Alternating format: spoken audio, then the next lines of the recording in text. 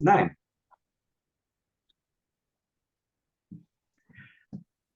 okay, so it's Wayne M with a beautiful indie show special, and today's first segment is all about the brilliant singer-songwriter. Well, I'm going to ask you this. Do I call you Ryan, R. John Webb, or Dandy the Vandal today? I think Ryan. I'll be Ryan today. Thank you, Ryan, for being Ryan. Obviously, I know you for your brilliant music that I've been playing for nearly a couple of years now, and yeah, I was blown away by the first track, which I believe would have been "We Are the Subterraneans," or was it "Dandy the Vandal"? It was one of those two. And you've been consistently unique and interesting with your music. So, Ryan, the $1,000,000 question is: tell me a bit about your background.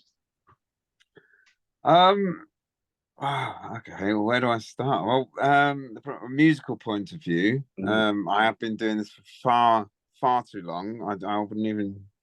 I don't even want to say how long, but it all started. Well, growing up in Warwickshire, I mean, I played the guitar about 15, 16, and so the local bands and things. Then later on, moved down to London, lived down there for a few years, and that's when I started the first idea. My sort of really long-running band was a band called Rhino and the Ranters. I don't know if you're aware of Rhino and the Ranters. Yeah. And I started a kind of incarnation of those in London around the Camden area, and we went for a few years doing that.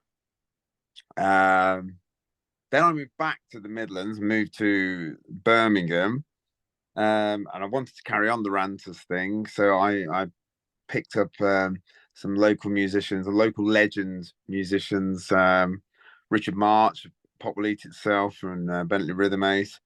On double bass, Pete Hammond of the Au Pairs and Stevie Job's blues band. On drums, I had Loz Kingsley on mandolin. Anyway, yes, so we got that together, and then that was like my long run in Ranters, and we had quite a successful run in Birmingham. Really, we've in fact we are playing again on the 29th of June. This year, we're doing a reunion at the Hare and Hounds in King's Heath. Excellent. Well, I will plug that. Have you got any music from Ryan and the Ranters that you can send to me? I'll also play that. Oh yes, Yeah. I can sing some Ryan. Yeah, we'll pick me a couple of focus tracks, and I'll center it around this whole interview. Yeah, so going back to the current music that you are doing away from the reunion, then. Obvious question, what's the inspiration behind it? Because myself and my regular listeners have noticed your eclectic sort of mix. I would, especially in the pink, where some of my listeners were blown away with the kitchen sink of genres, one of my listeners said. And I love that. That's what a great description that is. That is brilliant. I mean, I said to you, didn't I, afterwards? I mean, I should maybe call that the album. Yeah, I don't know. I don't know where to begin or what to say about that song. That's kind of my life.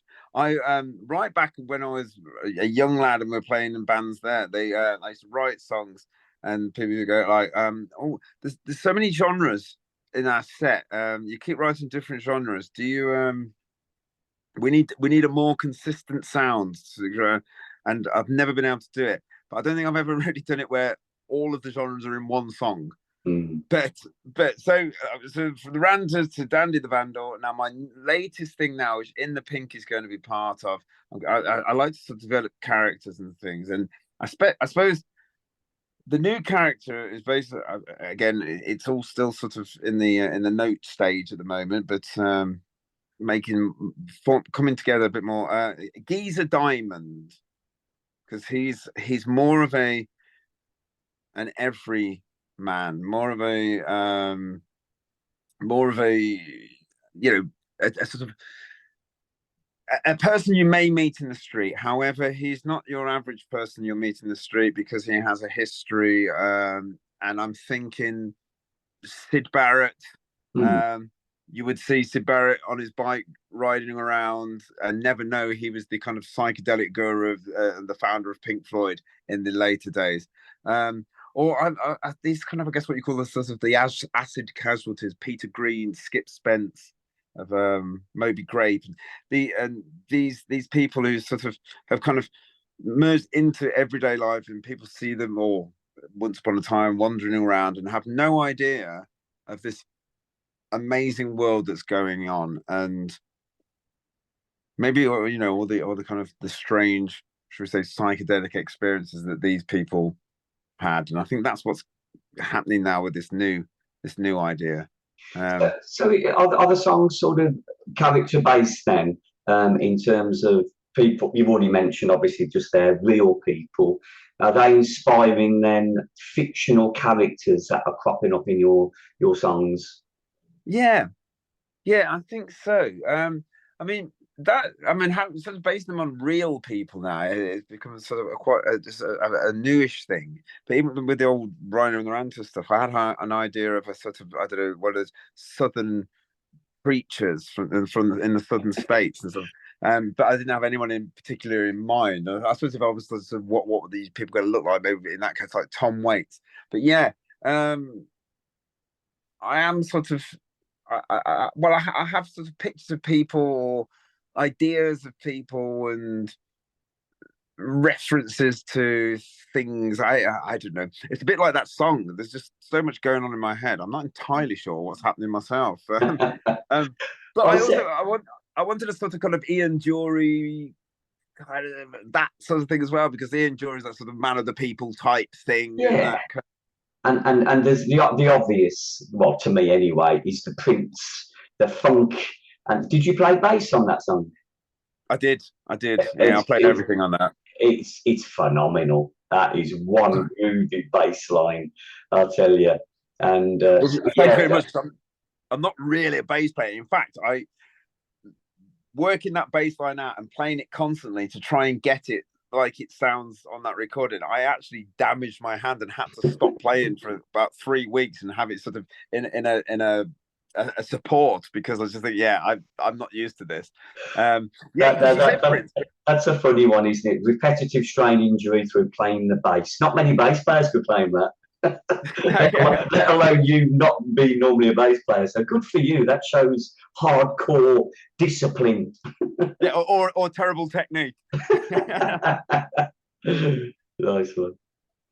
Yeah, well, the obviously, yeah, as we say, in the Pink has been exceptional. I've seen sort of the changes in the music over the 4 or 5 tracks that I've played on my radio shows, and yeah, are you planning then, Ryan? Are you planning an EP or an album? What are you going to do with these tracks? Are you going to expand to a repertoire of? I don't know. I don't know where you see the next stage of your music going. I've got yes, I've got a load of songs for this idea, so it could possibly be an album. I mean, I don't ever really know anymore. I mean, I'm kind of, I feel like I'm moving further and further away. I was going to say from the scene, but like from, I don't know, society. I mean, like I don't know what people really do anymore. Do they put albums? Do they put EPs out, or do you just put a lot of singles out? But I have 10 to 15 songs that are all associated with this idea. So I'm just now sitting in this, I don't know, can I show you? This dark and gloomy home studio. I've seen worse, honestly. It's in my new house. It smells very damp, and anyway, whatever. And I'm spending all hours in here just recording and getting a big collection of songs together. And I'll probably record about 15 or so, and then choose. Sometimes you have to sort of say, right, that doesn't fit. I'm going to take that one out, and that. So I'm just doing that. I'm just doing so much recording and trying to even do every single process now. So I'm playing everything as much as I can. I'm doing mixing, and I'm trying to learn the dark arts of mastering now. So I am involved in everything, right down to the kind of cover art and everything. So good for you, to be so self-sufficient. I think sometimes it's difficult, isn't it, because you're so in bed with it. Now and again, yeah, I know where you're coming from when it comes to it being your baby and wanting to look after it. But yeah, keeping those creative juices is the hardest bit, because the ultimate test is, you've got to satisfy yourself, but also if people get it. And luckily, I can only say one thing, that there's been a lot of love and respect for your music from both the shows that I do on different stations. But there is like an indie sort of feel to the music, which is why it's really suiting the beautiful indie show. There's been a lot of reaction to your music, hence talking today. I mean, that genuinely does it. It makes it all worthwhile, and your support is just, you wouldn't. I don't think you in particular would understand how important that is. Because I mean, just after the Dandy album and all that stuff, I was, in fact, I decided to give it all up. I just like, it's time to just kind of, I don't know, get myself a regular job and just forget all this. And I kind of stopped. I mean, I don't know if I can't even remember. I mean, maybe played 2 gigs last year, and I've only got 2 this year. I think there's something in me though. It's a big effort, though, isn't it? Because you're having to put a band together, whereby you are the creative force behind it, and it's hard work. I've been playing bands for 40 years, and I've had a bit of a break from it. So rehearsing, getting together, promoting the gig itself. I've often said to people that starting the early days, that the gig is that much, but the build up is huge. What goes into it and the intensity of it. So it's fulfilling, but it's such a brief moment, a gig. Whereas recordings last forever, which is why I'm a great fan of people that put a lot of effort into their, not only recordings but all the visuals that go with it. So I'm going to ask you a very direct question, if you don't mind, because of the what we've spoken about already. Do you feel that you've got an eccentric nature yourself? No, I think I'm perfectly fine. It's every single person I've ever met that thinks I've got an eccentric. Yeah, fair enough. It's a great attribute to have, I think. I think I think you could describe me as quite odd, terrifying. Some people have but hopefully not in a serious sense. But yes, I would say so. I would say I can confuse people, I think, and I don't ever really think of myself as being quite like a strange person or an eccentric person until I'm actually trying to have a normal conversation with someone. And I think, oh yeah, actually, I don't know if I could do this. But yeah, we're having a nice chat, aren't we? It's the first time that we've met. And as far as I'm concerned, I'm really enjoying your company today. Good. So I managed to try and stay normal then. No, you're being yourself. That's the key. I'm going to sort of go back to a bit of the conversation that we had before I hit the record button. Then, Ryan, in that I got to know you through Dave Travis. I interviewed Dave nearly 2 years ago now, and within that interview, I asked him to name 3 bands or artists that I should be checking out on his recommendation. So there was Big Special, who have obviously, wow, they are doing extremely well. Say no more. Brilliant. They're a great act as well, aren't they? I've seen them live, and they're over from my way. I didn't realise they're from Warsaw, so I saw them at a tiny pub called The Fountain in December. What a brilliant experience that was. What a duo. What lovely guys. Benefits, who are from the northeast, I think Middlesbrough way. They've done really well. with Tom Robinson making his album of the year last year, and then there's your good self. So Dave is not only, as we are aware, switched on, but got immaculate taste, and that's how I got to know you. And that, the initial submission when you had that record deal in the early days. So yeah, it's been fantastic, and I'm sure you've got lots and lots of new material in the pipeline. I have. I mean, like I say, Dave's a great bloke. I've got so much time for Dave. I don't think I deserve to be in that list, but thanks, Dave. But I have. I mean, I've got. Yes, like I say, I've got so much more. I've got an album's worth for this, over an album's worth. So I think I will just keep plugging things out, just keep putting them out there. I don't know, but yeah, who knows? Who knows where it goes? It's a funny old business, isn't it? Oh yeah, it is. And okay, so obviously from a songwriting point of view, what kickstarts that initial idea then? Is it lyrics, music, sit down with the guitar? How are you sort of writing at the moment, or have you written the same way for a regular amount of time now? I don't know. There's not a sort of formula. In fact, I tried to sort of create a formula. So, okay, I'm going to sit down and be a bit like Nick Cave about things. And go, I'm going to go down, I said, here, I'm going to go to this place and I'm going to work. But I don't know. Sometimes it's lyrics. I mean, I'm a big fan of lyrics. I love lyrics. I love words. My background is literature. I've got a degree in literature for what good it's done me. But I love the words. I love the English language. It's the greatest language in the world. It has a certain je ne sais quoi. Ironically. But I do like, and I write a lot of lyrics and ideas down. But then and then the music bit, I don't really know. In fact, that In the Pink, that sort of came around from just a single line from a bass line. Mm. It was the first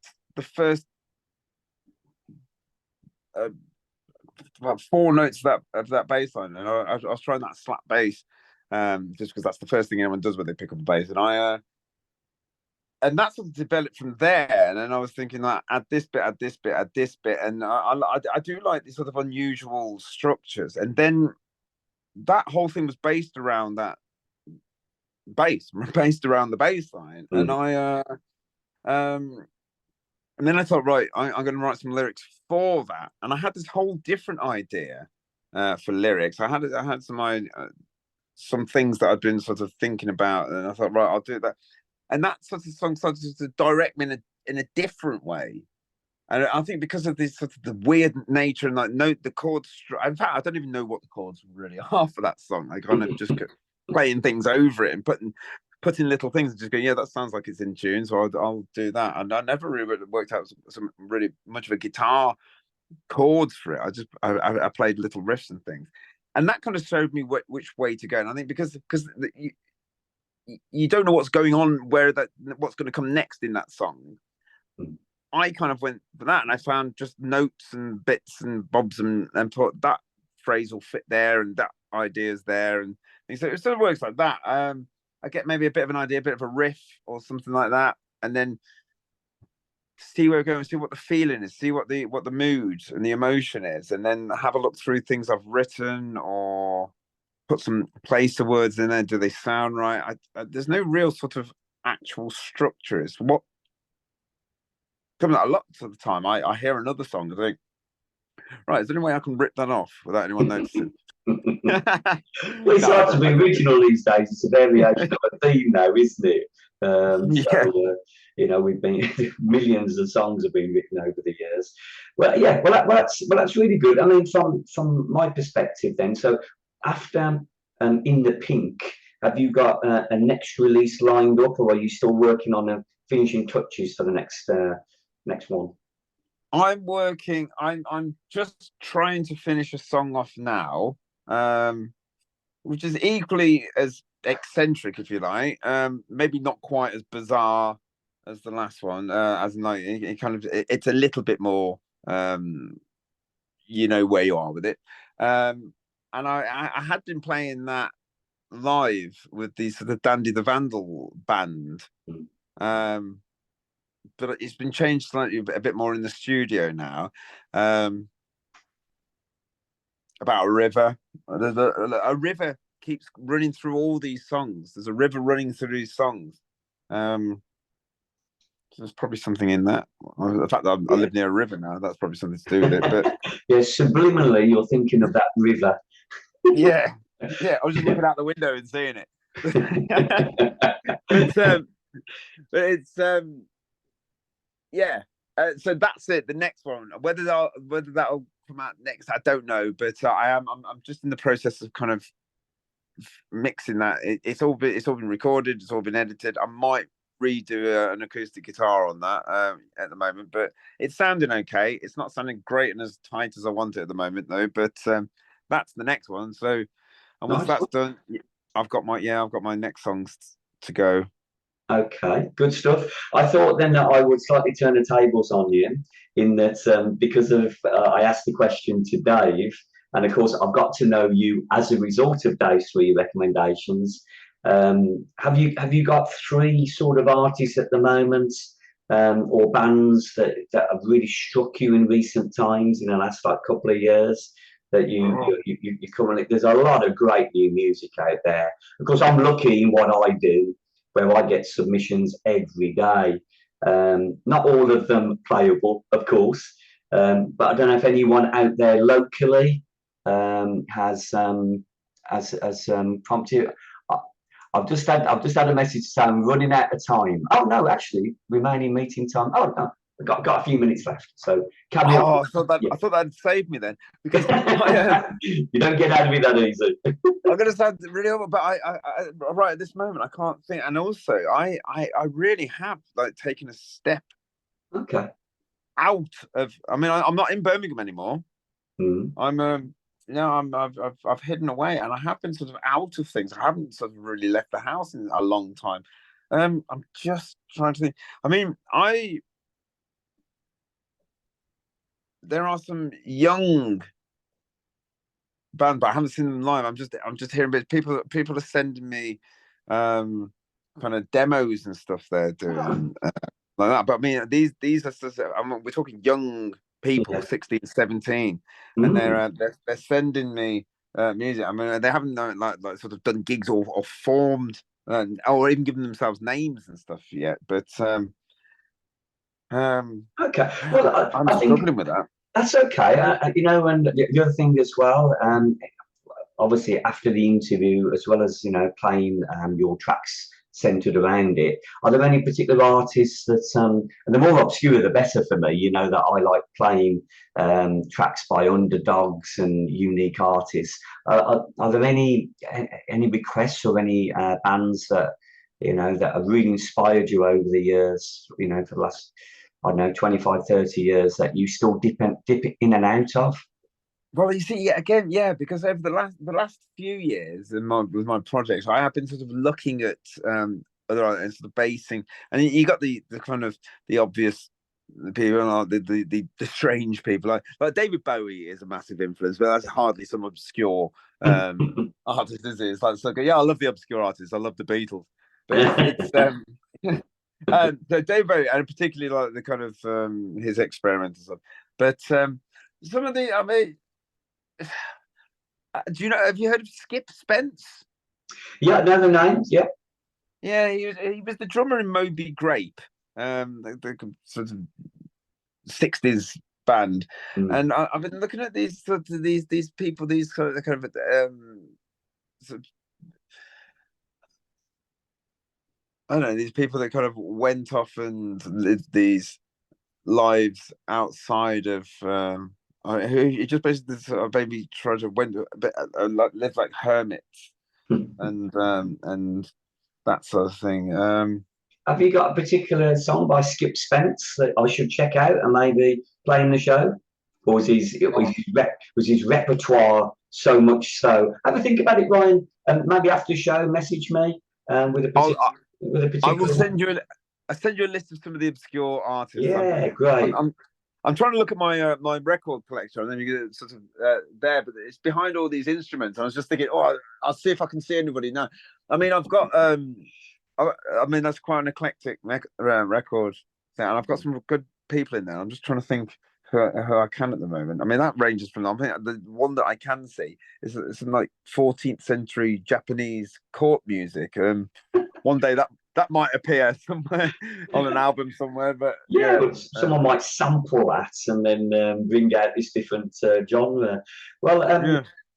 you mentioned, of course, Nick Cave, and I'm a huge fan as well. He's got a brand new single out, which I must admit, I must download quickly and start to play on some of the shows before I run out of time. But yeah, Nick Cave for me has had the longevity to be such a unique and original artist, and you know, I never tire of him. I think that you know, he's a must see. I've never seen him live. That's definitely on my bucket list. And yeah, he's up there. Well, look, with a couple of minutes to go, it's been really good to catch up with you. I know occasionally, and correct me if I'm wrong, you do the occasional surprise acoustic gig. You played the Discovery last year, and what a great place to play. Have you got any sort of plans to play like intimate acoustic gigs like that again in the offing? I'm doing a gig again in June as well. The 8th of June at the Mac, and it's the Ryland Caravan, Ryland Camping Festival. Okay. That's run by this independent country band. Do you know those? Yeah. I know.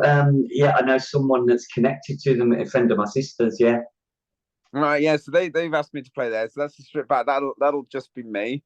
I'm sort of working on a set now. I don't know if it's going to work, and I'll just go back to my acoustic ideas. But I'm looking at samplers and keyboards at the moment, so it might be something that's slightly different. But yeah, we'll see if I can do all that. Certainly very different from a live context point of view. Well, definitely, I will start to put the 8th of June gig down on our gig guide and events on the station, and I will try and come along. Is that a Saturday? It's a weekend date, isn't it? I believe. It is. So yeah, even better. Yeah. Even better. Well, that's fantastic. So, and thanks again for your acoustic version of We're the Subterraneans. If you've got any plans to do another special version for me, I'm not going to say no. For any of you, yeah, please do. The Wayne's Acoustic Dimension slot, and I see I shift from show to show. It sort of suits everything that I do. But yeah, it'd be fantastic if no pressure from me. I'll be really interested in an acoustic version of In the Pink. Oh, imagine that on the guitar, or playing maybe the bass line on an acoustic. that would be a very, very unique proposition. Probably not. Yeah, I could end up in hospital. Yeah, totally. I'll see if I can do that. I'll see what I can do. Yeah, that would be a challenge. Yeah. Well, excellent. Well, look, Ryan, thanks for your time today. I'm going to click off the recording now. We'll carry on after I've clicked off recording so we can say a proper goodbye. But thanks to everyone for listening to the beautiful indie show special today with Ryan. And please check out his music. Can people buy it on Bandcamp, Ryan, or anywhere in particular? There's Bandcamp, but I mean, like, if you don't sort of find out what's sort of going on, there is rjohnwebb.com, and that has all the links. You can buy things straight from me there, from merchandise or anything, or you don't have to buy things. Just come and say hello. You can join my mailing list on there. But that's rjohnwebb.com, and that will sort of take you to all sorts of places, photos, and if people want to see me. But yeah, lots of news of what's going on and things there. Fantastic. So I'll say to the listeners as well that anyone wants any details about Ryan's brilliant music, You can also contact me on my usual details, 07305 265 807, Wayne Moseley on Facebook, or WMoseley66 on Instagram. Brilliant to meet up with you today, Ryan. I'm looking forward to seeing you in the flesh at one of your future gigs, and best of luck with everything.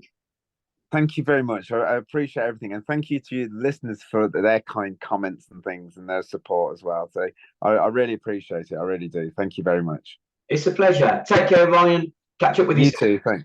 See you. Bye. Bye-bye.